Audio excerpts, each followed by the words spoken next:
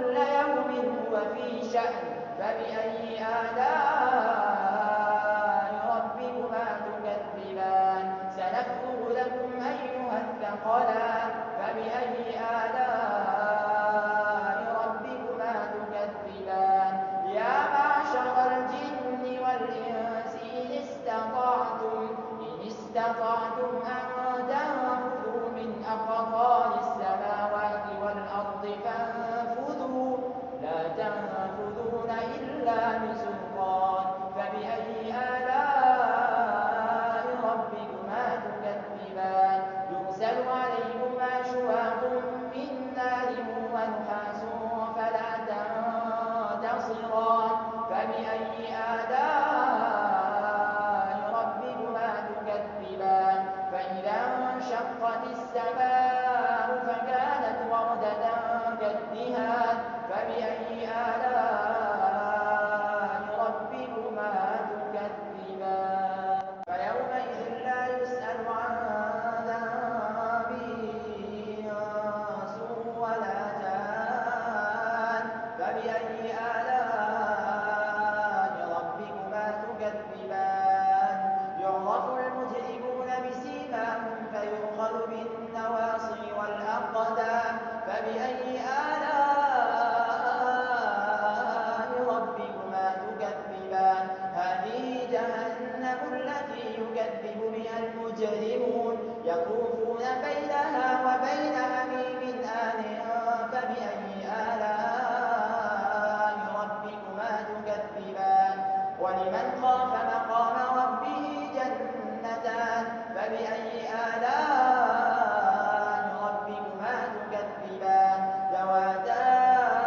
أفنان فبأي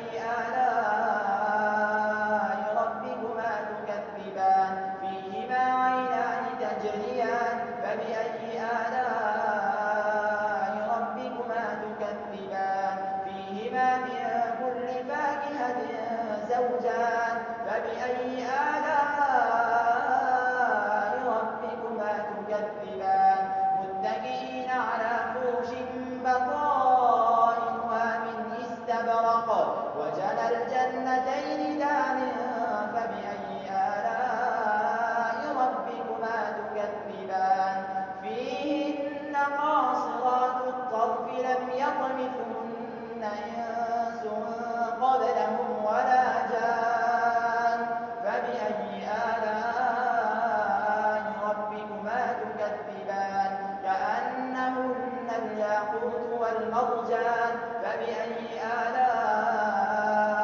ربكما تكذبان هل جزاء الإحسان إلا الإحسان فبأي آلاء ربكما تكذبان ومن دونهما جنتان فبأي آلاء ربكما تكذبان مدهامتان فبأي آلاء ربكما تكذبان فيهما عينان نضاختان فبأي آلاء ربكما تكذبان فيهما فاكهة ونخل ورمان فيهما عينان نضاختان فبأي آلاء ربكما تكذبان فيهما من كل فاكهة زوجان فبأي آلاء ربكما تكذبان حور مقصورات في الخيام فبأي آلاء ربكما تكذبان لم يطمثهن إنس قبلهم ولا جان فبأي آلاء